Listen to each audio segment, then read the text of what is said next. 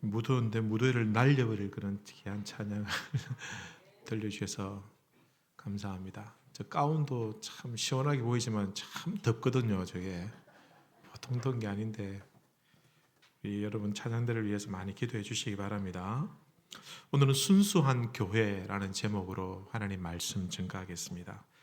이제 오늘 사도행전 15장을 하고 좀 쉬도록 하겠습니다. 다음 주부터는 너무 사도행전 하니까 귀에 뭐 이렇게 따까리가 앉을 정도로 그러실 것 같아서 좀 쉬었다가 이제 2차 전도 여행은 다음 기회에 또 이렇게 말씀을 전하도록 하겠습니다. 그래서 오늘은 이제 전반부 내용 1차 전도 여행을 끝나고 그 다음에 교회가 이 상황에서 아주 중요한 일을 결정하고 점검하는 그 과정에 대해서 오늘 말씀을 통해서 한번 생각해 보길 원합니다.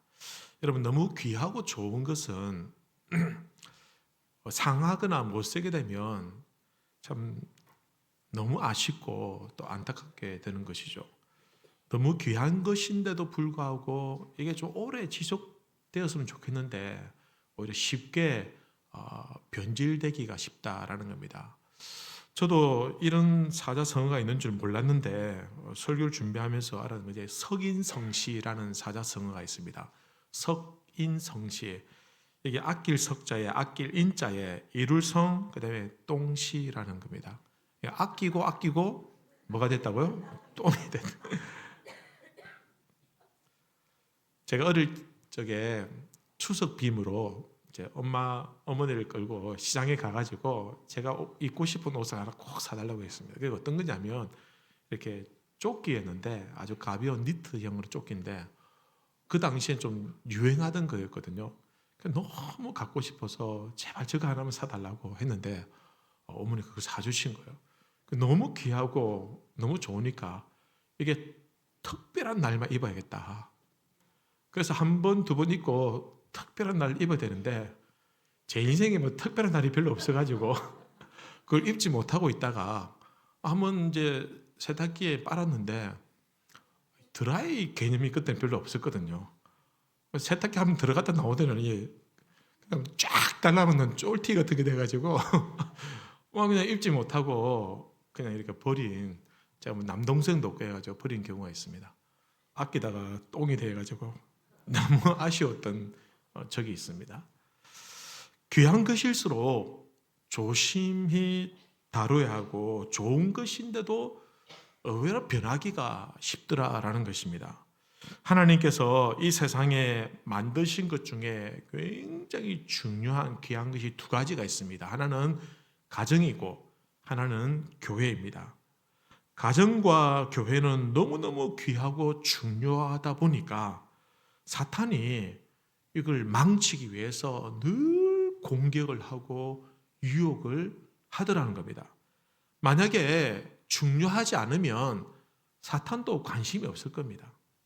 근데 우리에게 굉장히 중요한 교회이고 가정이기 때문에 어쨌든 이걸 무너뜨리려고 사탄은 시험을 하고 유혹을 하더라라는 겁니다. 교회만큼 귀한 것이 없습니다. 그러다 보니까 교회만큼 변질되기 쉬운 것도 많다라는 것입니다. 교회와 가정을 보면 늘 어려움이 있고 흔들어 놓으려는 그런 시험들이 있습니다. 그래서 교회는 그런 부흥하고 성장하는 거 너무너무 중요한데 어쩌면 더 중요한 것은 교회가 변질되지 않는 것, 교회가 본질적인 그 정체성을 잃어버리지 않고 지켜나가는 것이 어쩌면 먼저 더 중요하다라는 것입니다. 오늘 본문에 초대교회에 일어났던 아주 중요한 사건을 다루고 있습니다. 어떤 일이냐면 예루살렘 교회가 처음 시작된 교회고 그리고 예루살렘 교회가 마치 모교회 같은 그런 성격을 가진 교회였습니다. 안디옥 교회에서 바울과 바나바를 비롯하여 전도 여행을 갔다가 성공적으로 마치고 돌아왔습니다. 그런데 그 사이에 예루살렘 교회에서 온 유대인들이 있었습니다. 그런데 이 유대인들이 바울과 바나바가 없는 사이에 어떤 이상한 가르침을 전한 겁니다. 오늘 1절 보면 어떤 사람들이 유대로부터 내려와서 형제들을 가르치되 너희가 모세의 법대로 할례를 받지 아니하면 능히 구원을 받지 못하리라. 이 말은 무슨 말이냐면 이방인 너희들도 모세의 율법을 지켜야 하고 할례를 받아야 된다. 그래야 구원을 받을 수 있다라고 가르친 겁니다. 여러분, 바울과 바나바가 가르친 것은 무슨 소리냐? 구원은 믿음으로 받는 것이다. 근데 이 유대인들은 율법을 지켜야 받을 수 있다. 율법까지 지켜야 된다라고 이렇게 가르치니 이 교회 안에서 논란이 일어나게 되었습니다. 그래서 분쟁이 일어나고 결국은 교회가 어떻게 할까? 그러다가 이러지 말고 저 예루살렘 교회에 가서 거기 있는 사도들도 있으니까 거기 가서 물어보자. 그래서 바나바와 바울과 그리고 몇몇 유대인들을 예루살렘 교회로 보내었습니다. 결국 예루살렘 교회에서 이제 회의를 하기 위해서 모였습니다. 그래서 이 회의를 통해서 아주 중요한 내용을 정리를 하고 결정을 하게 됩니다. 그리고 이 회의를 통해서 교회가 분열되거나 아니면 시험이 들어서 깨어지는 것이 아니라 오히려 더 하나가 되고 또 교회의 그 본질적인 모습을 규명하고 든든하게 세워지는 그런 계기가 되었다라는 것입니다. 저는 이런 교회의 모습이 오늘 우리에게도 필요하다라고 생각합니다. 겉으로 보면 싸우는 것 같고 겉으로 보면 분쟁하는 것 같이 보일지 모르겠지만 그러나 이런 모습을 통해서 교회는 교회 모습을 찾아가는 겁니다. 교회가 길을 잃지 않고 순수한 그 교회의 본연의 모습을 다듬고 회복하는 그런 좋은 기회가 된다라는 것입니다. 여러분, 교회는 온갖 사람들이 다 모이는 곳입니다. 교회는 정말 다양한 사람들이 모이기 때문에 다양한 생각들이 하나님의 말씀을 통해서 녹아내려져서 하나가 되어야 되는 곳입니다.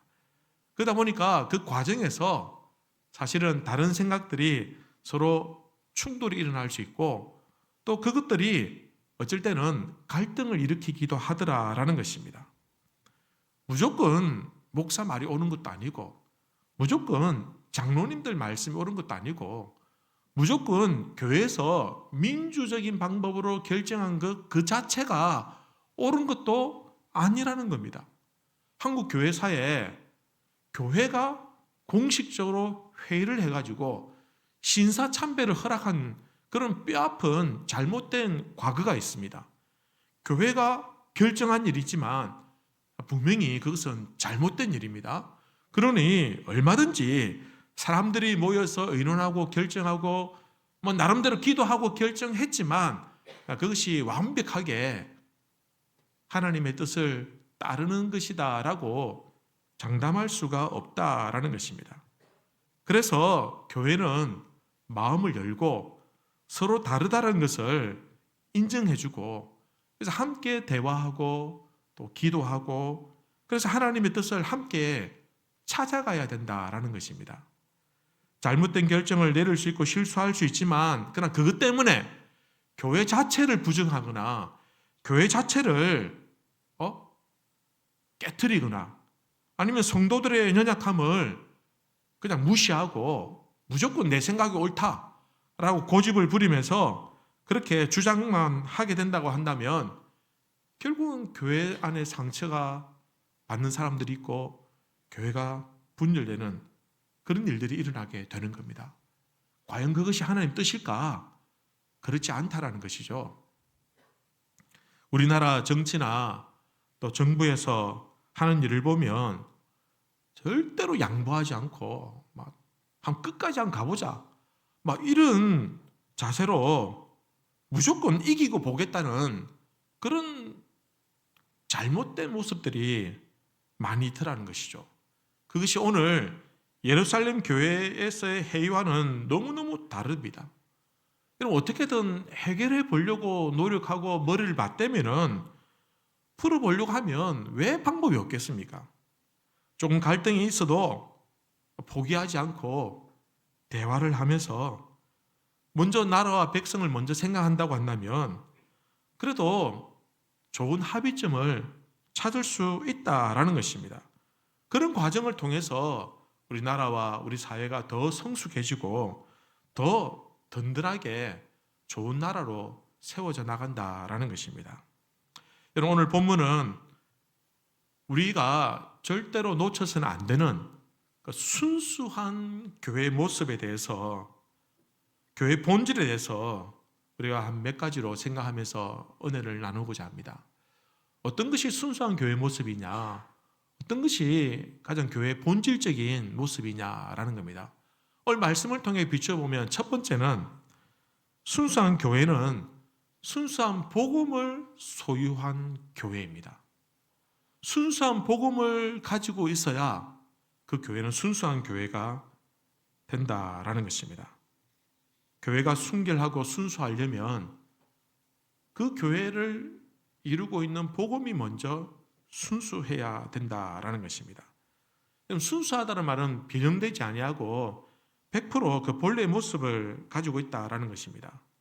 교회는 아무것도 가감되지 않은 이 순수한 복음, 그 복음 원형 그대로의 복음을 가지고 있어야 하는 것입니다.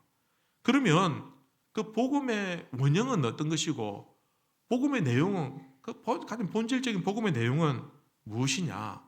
그건 의외로 단순합니다.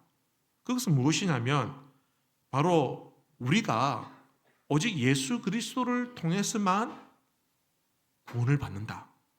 우리가 예수님을 믿음으로 말미암아 구원을 받는다. 하나님께서 우리에게 베풀어 주신 그 은혜로 말미암아 우리가 예수님을 믿을 때에 우리가 구원을 받는다. 이것이 복음의 가장 원색적인 핵심적인 내용이다라는 것입니다. 이 내용을 조금 나누어서 생각해보면 첫 번째는 오직 예수님만이 우리의 구원자가 되신다라는 겁니다.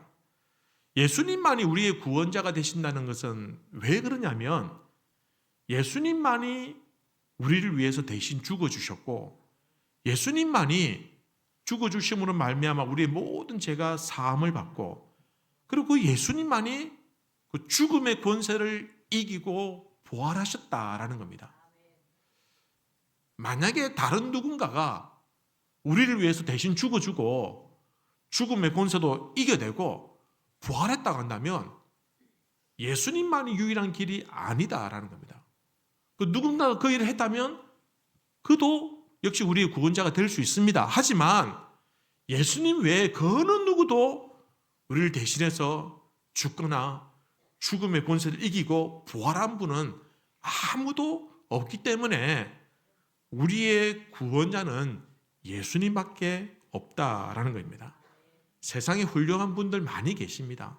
정말 지혜롭고 좀 선을 베풀고 참 선한 영향력을 미치는 훌륭한 분들이 굉장히 많이 계십니다만은 그러나 그는 누구도 우리의 죄를 대신해서 죽어준 사람은 없더라는 것이죠. 오직 예수님만이 우리의 구원이 되심을 성경은 분명하게 밝히고 있습니다. 사도행전 4장 12절을 보시면 이렇게 기록합니다. 다른 이로서는 구원을 받을 수 없나니 천하 사람 중에 구원을 받을 만한 다른 이름을 우리에게 주신 일이 없습니다. 하나님께서 아예 예수님 외에 그 어느 누구도 우리를 대신해서 죽고 십자가를 지고 구원을 베풀어 줄 수 있는 사람을 주신 적이 없다는 겁니다. 그래서 누군가가 내가 그 일을 했다라고 말하면은 하나님은 보낸 적 없는데 그 사람은 거짓말하는 사람이 되는 겁니다. 그는 누구라도 자기가 메시아다, 자기가 예수다, 자기가 구원자다라고 말한다면 그 사람은 하나님을 거짓말하게 만드는 사람입니다. 그러니 그는 참되고 신실하신 하나님으로 말미암아 그가 거짓말쟁이가 되는 것입니다. 이런 복음은 어떤 것이냐? 복음은 우리의 어떤 무료한 어떤 삶을 좀 뭐랄까 취미생활처럼 종교 생활을 하는 종교 생활을 하도록 권유하는 그런 정도가 아닙니다. 이런 복음은 단순히 우리의 삶을 살아가는 방식에 대한 충고도 아니고 구원받을 수 있는 유일한 기쁜 소식이고 선포입니다. 그래서 순수한 복음은 우리의 삶의 방식이나 태도가 아닙니다. 순수한 복음은 오히려 우리가 무엇을 행해야 하는가에 대한 것이 아니라 우리를 위해서 하나님께서 어떤 일을 행하셨는가에 대해서 말하는 것이 복음입니다. 순수한 복음은 과연 예수님께서 우리를 위해서 하신 일이 무엇인가에 대해서 말하는 것이, 그것이 순수한 복음이다라는 것입니다. 여러분, 복음의 두 번째 핵심적인 내용은 무엇이냐? 오직 예수님을 믿음으로 구원을 받는다라는 것입니다. 예수님만이 우리의 유일한 구원자 되시고, 그리고 그분을 믿을 때 구원을 받는다. 우리 인생의 궁극적인 모든 문제들은 어디에서 비롯되느냐면 하나님과의 단절에서부터 비롯되는 것입니다. 우리가 살아가면서 겪게 되는 모든 문제들이 있죠. 질병과 또한 고통과 또한 전쟁과 기근과 자연재해들과 인간관계들을 통해서 겪는 어려움들, 그리고 심지어는 죽음의 문제까지, 이 모든 문제들은요 사실은 어떤 원인에 의한 정상일 뿐이지, 그 궁극적인 문제는 하나님과의 단절에서부터 비롯된 문제다라는 것입니다. 하나님과 단절되었기 때문에 질병과 고통과 재난과 재해와 죽음의 문제들이 정상으로 나타났다라는 것입니다. 단절된 상태에서는 그 어떤 문제도 해결되지 않습니다.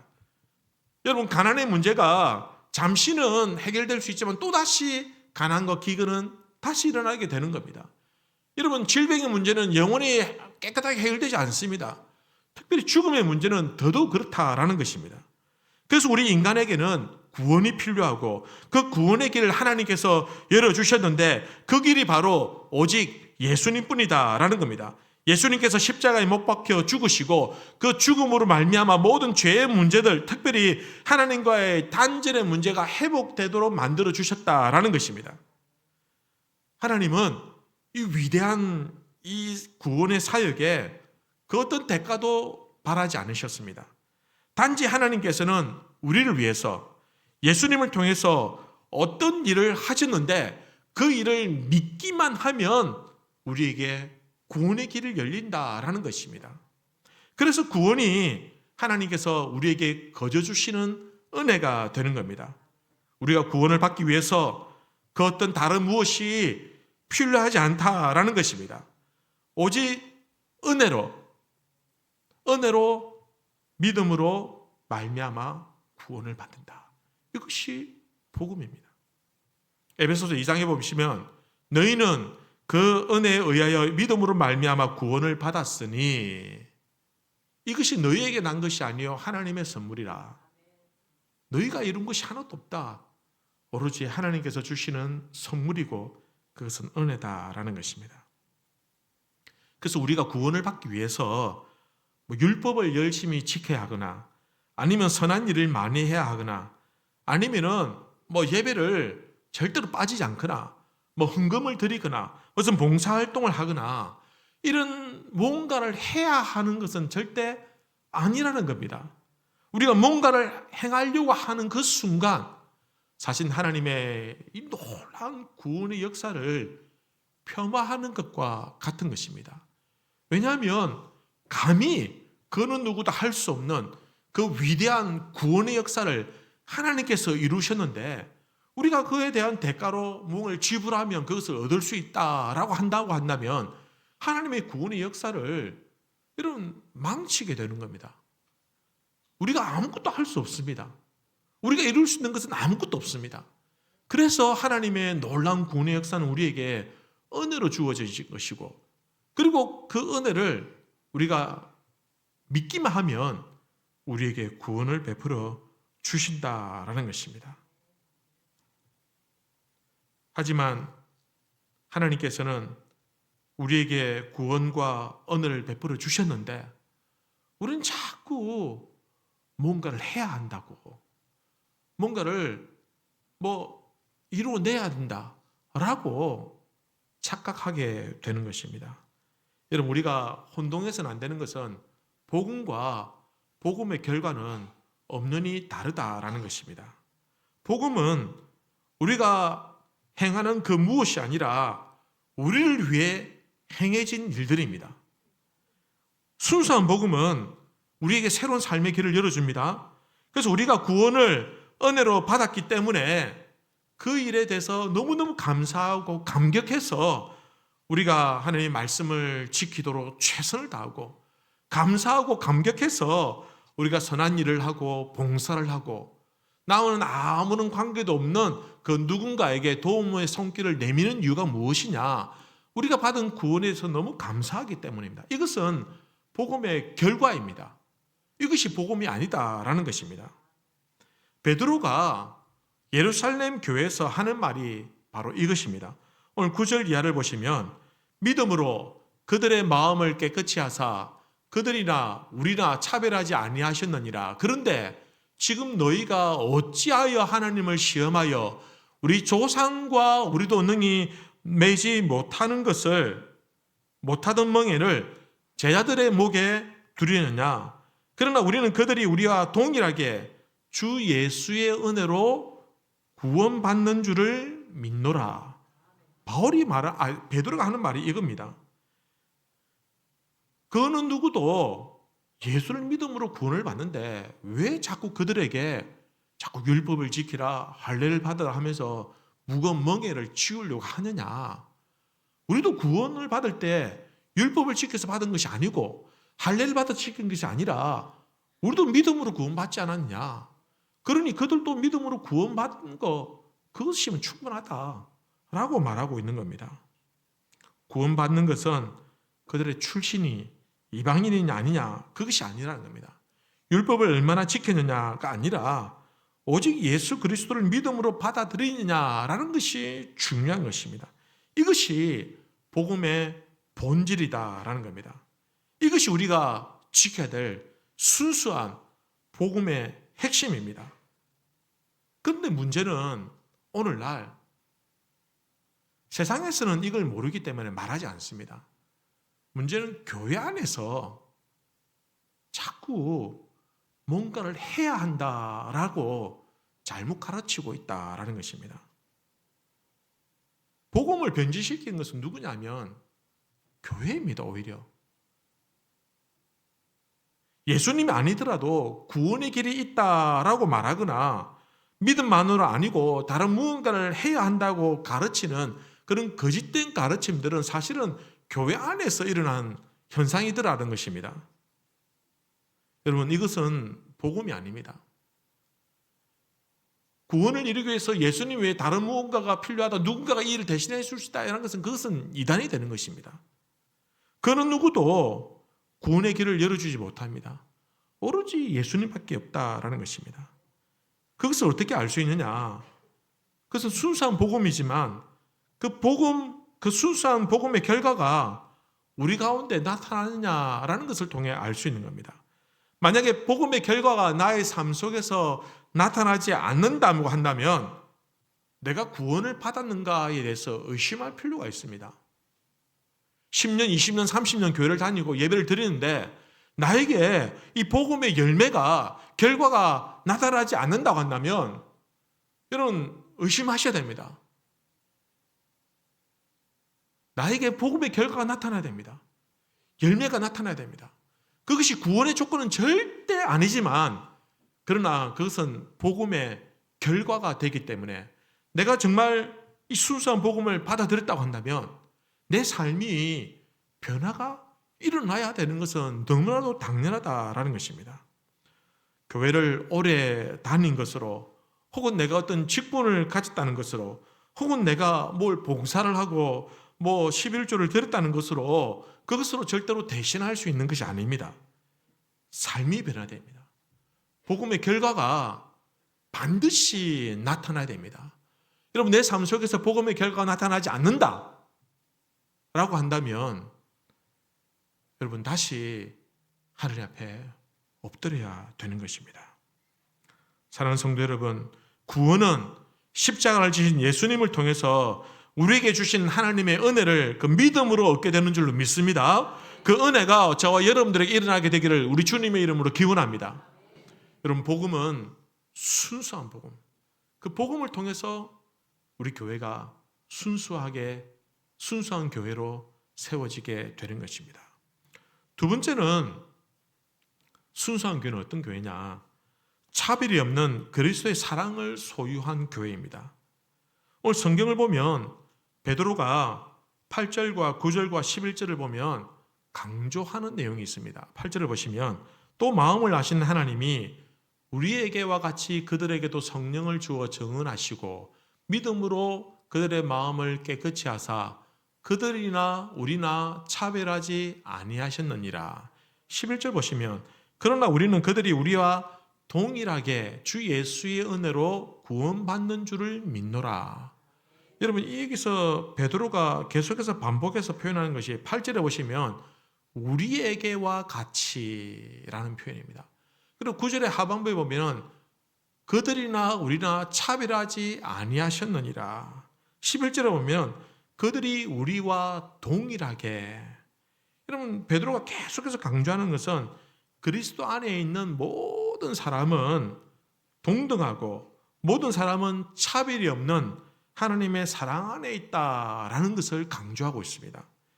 유대인이든지 이방인이든지 종이든지 자유인이든지 부자든지 가난하든지 강건하든지 병약하든지 상관없이 모든 사람은 차별 없이 하나님의 사랑 안에 있다. 이것이 베드로가 강조하는 것입니다. 그래서 동일한 성령을 주셨고 동일한 방법으로 구원을 받았다는 것입니다. 유대인들도 결국은 율법을 지키고 할례를 지키고 하지만 그것으로 구원받는 것이 아니라 예수 그리스도를 구주를 믿고 섬길 때, 예수를 받아들일 때, 예수를 영접할 때 구원을 받았다. 그러니 유대인들뿐만 아니라 이방인들도 동일한 성령을 통해서 동일한 방법으로 구원을 받았다. 이것이 그리스도 안에서 차별 없는 사랑이다. 누구든지 그리스도 안에 있으면 다 동일하다. 오늘 우리가 들을 때는 이게 너무 당연한 이야기인데, 그러나 이 당시에 유대인들에게는 이 이야기가 충격으로 와닿았습니다. 왜냐하면 자기들은 태어날 때부터, 어릴 때부터 할례를 받고요, 어릴 때부터 성경 암송하고 외우고 못하면 혼나고, 어릴 때부터 안식일을 지키고 철저히 지키고, 그리고 율법에 매여가지고 그렇게 평생 살아왔거든요. 그러다가 예수님을 만나서 예수님을 믿고 구원을 받았는데, 근데 자기들이 볼 때 이방인들 어때요? 평생 죄 짓고 이방 우상 숭배하다가 마음대로 살다가 안식일 개념도 없다가 먹는 것도 아무거나 먹고 하다가 그리고는 달콤 늦게 와가지고 교회 와가지고 예수 믿고 구원받았다고 하니 그게 받아들이지 않더라는 것입니다. 그러니 너희들도 우리같이 해라. 우린 율법을 지켰다. 우리는 할례를 받았다. 그러니 너희도 우리같이 그렇게 해야 구원을 받을 것이다 라고 몰아붙였다라는 것입니다. 근데 베드로가 아니라는 겁니다. 우리는 그리스도 안에서 다 차별이 없는 그 그리스도 안에서 사랑으로 하나가 되었다라고 말하고 있는 겁니다. 베드로는 여기서 멈추지 않고 좀 더 나아가서 오히려 그들을 배려해야 된다. 그들을 더 특별 대우를 해야 된다라고 주장하고 있습니다. 10절 말씀을 보시면 이렇게 기록합니다. 그런데 지금 너희가 어찌하여 하나님을 시험하여 우리 조상과 우리도 능히 매지 못하던 멍에를 제자들의 목에 두려느냐. 야, 우리도 못하는 것들을 왜 저 이방인들에게 하라고 하느냐. 우리도 율법을 제대로 지키지 못하는데 왜 율법도 율자도 모르는 저들에게 왜 그것을 부담을 주느냐. 그 이야기입니다. 그러니 우리는 율법 때문에 고생했고, 우리는 안식일 지킨다고 고생했고, 우리는 늘 율법 때문에 죄책감 가지고 살아왔지만, 그러나 이제는 저 유대인들, 저 이방인들은 이제 예수님만 믿고 정말 가볍게 행복하게 신앙생활 하도록 우리가 배려해주고 도와주자, 그냥 받아주자, 이해해주자, 그 이야기를 베드로가 하고 있는 것입니다. 이것이 그리스도 안에 있는 사랑의 본질입니다. 보통 세상은 어떻게 합니까? 니도 한번 당해봐라. 그것 아닙니까? 나도 막 쇠 빠지기 고생인데 니도 한번 해야 되지 않냐? 그래서 우리 군대 문화가 뭐 어떻겠습니까? 뭐 이병 가가지고 고생해가 상병 달고 병장 달았었는데 그 다음에 후임병 오면 어떻게 합니까? 니도 한번 해봐라. 우리 때 다 그렇게 했다. 이러면서 하다 보니까 잘못된 그런 좋지 못한 그런 문화들이 있더라는 것입니다. 직장에 가면요, 직장 선배들이 뭘 하면은 잘 안 가르쳐줘요. 왜냐하면 네가 스스로 해봐라. 나도 안 가르쳐주고 나도 고생을 배웠는데 왜 내가 네 편안하게 할 줄 내버려 두겠냐. 니도 한번 고생해봐라. 네 힘으로 한번 해봐라. 뭐 이렇게 하는 것이 세상의 방식이더라라는 것입니다. 내가 수고했기 때문에 니도 수고해야 된다. 그러나 교회는요. 그러나 그리스도의 사랑은 내가 수고했기 때문에 너는 좀 편안해져야 되지 않냐. 내가 희생했기 때문에 너는 좀 편안하게, 너는 좀 신나게, 좀 편안하게 신앙생활 해야 되지 않냐. 이것이 바로 교회에서 말하는 그리스도 안에서의 사랑의 본질이다라는 겁니다. 여러분 우리 교회 권사님들 보시면 오랫동안 신앙생활 하셔가지고 교회 어려울 때 고생 다 하셨는데, 근데 이 권사님들이 후배들이 이제 신앙생활 하면서 교회를 섬기고 이럴 때 자기들이 고생했다 해가지고 니도 한번 해봐라 이게 아니고, 우리가 고생했는데 너희는 하지 마라. 너희까지 그럴 필요 있냐. 뭐 이렇게 말씀하시는 거예요. 어떤 분도 저한테 와가지고 목사님 요즘 것들은 말을 안 들어요. 이렇게 말하는 분이 한 명도 없습니다. 오히려 뭐라고 얘기하냐면은 아이고 우리가 젊었을 때만큼 못 해주니까 오히려 그걸 뭐 더 미안해하고 그걸 오히려 막 부끄러워하는 거예요. 안 그러셔도 되는데, 이제 좀 대접받고 이제 좀 대우를 받으셔도 되는데, 그래도 아직까지 여전히 낮은 자리에서 섬기면서 또 다른 새가족이나 후배들한테 그걸 강요하거나 요구하지 않는다라는 것입니다. 참 좋은 교회죠, 그죠? 베드로의 말을 듣던 야고보가 한 번 더 거듭니다. 19절에 보면 이렇게 말합니다.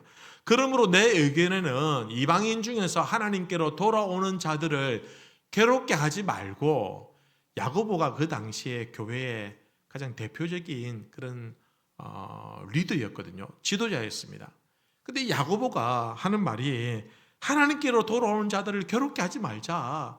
이제 신앙생활 하려고 예수께로 오는 그 이방인들이 하더라도 그들을 좀 괴롭히지 말자. 그래서 예루살렘 교회가 회의 끝에 만장일치로 토론하고 논쟁하고 그렇게 했지만 마지막에 결론에 가서는 만장일치로 결정하고 각 교회들에게 편지를 씁니다. 뭐라고 쓰냐면은 성령과 우리는 이 요긴한 것들 외에는 아무 짐도 너희에게 지우지 아니하는 것이 옳은 줄을 알았노라. 이제 모든 세계 곳곳에 있는 교회들에게 알린다. 너희들은 절대로 유대인들처럼 율법에 매이지 마라. 할례를 안 받아도 된다. 짐을 지지 마라. 라고 편지를 써서 다 알렸다는 것입니다.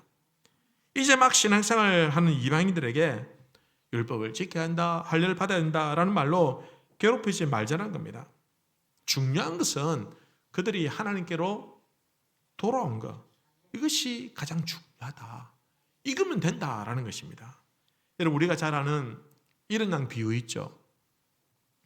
100마리 양 중에서 한 마리가 잊어버릴 거예요. 그래서 목자가 그 한 마리 찾으려고 산으로 들로 골짜기로 헤매다가 결국 찾았어요. 찾았는데 여러분 같으면 어떻게 하겠습니까? 요놈의 자식 말도 안 듣고 하면서 목에다 줄을 달아가지고 가자 하면서 억지로 끌고 가지 않겠습니까? 너 가기만 해봐라. 너 그냥 홀라당 그 털 다 뽑아가지고 쌀먹을 거다. 뭐. 이렇게 하든지 아니면 그냥 막 딴 데 팔아버리든지. 근데 이 목자가 어떻게 합니까? 15장 5절에 보면 또 찾아낸 즉 즐거워 어깨 메고 집에 돌아와서, 즐거워서 어깨 메고 집에 돌아와서 잡아먹었더라. 이게 아니고 어깨 메고 와서 어떻게 했습니까? 잔치를 한 거예요. 잔치를. 얼마나 기뻤으면 혼내주고 다시는 마음대로 못 돌아야 다리를 분질러 놓거나 이렇게 한 것이 아니라 즐거워서 어깨에 메고 돌아왔다. 이게 목자의 심정이고 이게 우리 아버지 하나님의 심정이고 이 마음이 오늘 교회의 순수한 교회의 마음이 되어야 되는 것입니다. 여러분 교회가 새 가족이 오면 그보다 더 중요한 게 어디 있습니까? 하나님께 돌아왔다는 것이 가장 중요하지 않습니까? 어떤 옷을 입고 오는 게 뭐 중요합니까? 어떤 지위를 가지고 오는 것이 뭐 중요합니까? 그 사람이 병이 들었든지 강들하든지 부다든지 가난하든지 비록 막 술 냄새째라가 온다 할지라도 돌아왔다는 사실이 가장 중요하다라는 것입니다. 생명보다 더 귀하게 여기는 그 영혼이 하나님께 돌아왔으니 그보다 더 중요한 것은 없다. 그 어느 누구도 차별하지 아니하고 그리스도의 사랑으로 품는 것, 그것이 순수한 교회의 본질이 되어야 되는 것입니다. 여러분, 교회가 너무너무 어리어리하고 너무너무 휘황찬란하고 너무너무 많은 돈을 들여가지고 하면요, 그게 오히려 거부감을 줄 수도 있더라라는 것입니다. 여러분, 그래서 우리 교회는 금칠할 수 있지만 금을 안 발랐습니다. 색깔만 비슷하게 된 겁니다. 저 다 금이 아닙니다. 뜯어가지 마십시오. 여러분, 조명도 보통 교회들보다 평균치보다 작게 달았습니다. 더 많이 달아가지고 환하게 할 수도 있지만 딱 필요한 만큼 하자. 어떤 분들이 교회를 갔을 때 너무 교회가 어리어리하고 하면요, 어떤 마음이 드냐, 난 이 교회 다니면 안 되는갑다. 교인들 보니까 막 삐까번쩍한 뭐 양복 입고 뭐 고급 명품 옷 입고 백도 뭐 명품 가방 들고 다니고 이러면요, 주눅이 들어가지고 누가 가려고 하겠습니까? 오히려 막 그냥 뭐 휘황찬란 다 뜯어내고 창고같이 만드는 한이 있더라도 한 영혼이라도 주님 앞에 돌아오는 것이 더 중요하지 않느냐라는 것입니다. 여러분, 한 영혼이라도 주님께로 돌아올 수만 있다고 한다면 우리의 예전의 습관들, 간습들, 전통들 다 뜯어 고쳐도 괜찮습니다. 하나님 말씀만 딱 남겨두고 다 바꿔도 되는 것입니다. 한 영혼이라도 더 하나님께 돌아올 수만 있다고 한다면 우리가 얼마든지 배려하고 품을 수 있다라는 것입니다. 예수님은 우리를 향해서 내가 채찍에 맞았으니 너희도 한 맞아봐라. 내가 못에 박혔으니 너희는 막 바늘에도 한번 찔려봐라 하면서 대바늘까지 푹푹 찌르고 그렇게 하지 않으셨습니다. 이사야 53장에 이렇게 기록합니다. 그가 찔림은 우리의 허물 때문이요 그가 상함은 우리의 죄악 때문이라. 그가 징계를 받음으로 우리는 평화를 누리고 그가 채찍에 맞음으로 우리는 나음을 입었도다. 주님은 우리를 향해서 내가 징계를 다 받았으니 너희는 평안을 누리라. 내가 채찍을 다 맞았으니 너희는 나음을 받으라. 이것이 주님의 마음이고 이것이 오늘날 교회의 마음이 되어야 되는 것입니다. 이 사랑 위에 세워진 교회입니다. 사랑하는 성도 여러분, 교회는 모든 것 다 갖추어도 이런 사랑이 없다고 한다면 순수한 교회라고 말할 수 없습니다. 아무리 많은 수가 모이고 어리어리한 그런 시설을 아주 탁월한 그 프로그램 시스템이 있다 할지라도 그러나 그 사랑이 없으면 순수한 교회라고 할 수 없는 것입니다. 오늘 교회들이 많이 변하고 있습니다. 여러분, 긍정적인 변화도 있지만 좀 아쉬운 변화들도 어쩔 수 없는 그런 변화들도 있더라는 것입니다. 여러분, 교회들 요즘에 잘 김장을 안 합니다. 김장 안 하고 돈으로 사서 그냥 쉽게 사 먹습니다. 맛있기도 해요. 돈 조금만 더 주면. 그래서 편리하게 이렇게 하는 그런 교회들이 또 많습니다. 그래서 어떤 교회는요, 식당을 이제 더 이상 뭐 교인들이 하지 않냐고 외주를 줘가지고 용역을 해가지고 외부에서 돈을 주고 누굴 데려와가지고 그 식당 봉사하게 해가지고 밥을 먹고, 교회 청소도 교인들이 안 하고 외부에 이렇게 용역을 줘가지고 하는 그런 교회들이 굉장히 많이 큰 교회일수록 그렇게 하고 있더라는 겁니다. 그런데 이 가자 동강교회는요, 오늘 또 찜통 같은 이 더위에 저 푹푹 찌는 저 찜질방 같은 저 주방에 들어가가지고 얼굴이 벌게가지고 땀을 질질질 흘리면서 이 육수처럼 막 음식에 들어가도 막 그것도 좋다고 그걸 가지고 막 음식을 하고 그걸 또 교인들이 먹고 설거지하고. 여러분, 제가 뭐 편리하게 하는 거 몰라서 안 하겠습니까만은, 그러나 조심스러운 것은 우리가 편리하면 편리할수록 우리가 정말 순수한 교회의 본질적인 모습을 놓치진 않을까. 여러분, 교회 청소하는 것도 우리 관리 집사님 수고 많이 하시지만 또 성도님들 토요일마다 와서 좀 합시다라고 얘기하는 이유가 무엇이냐. 그래도 조금이라도 더 순수함을 잃지 않도록 하기 위해서 그런 고민들을 하게 된다라는 것입니다. 여러분, 오늘날 교회 안에서조차 수고하기를 꺼려하고 희생하기를 싫어하고 봉사하기를 부담스러워한다고 한다면 여러분, 교회는 무너질 수밖에 없는 것입니다.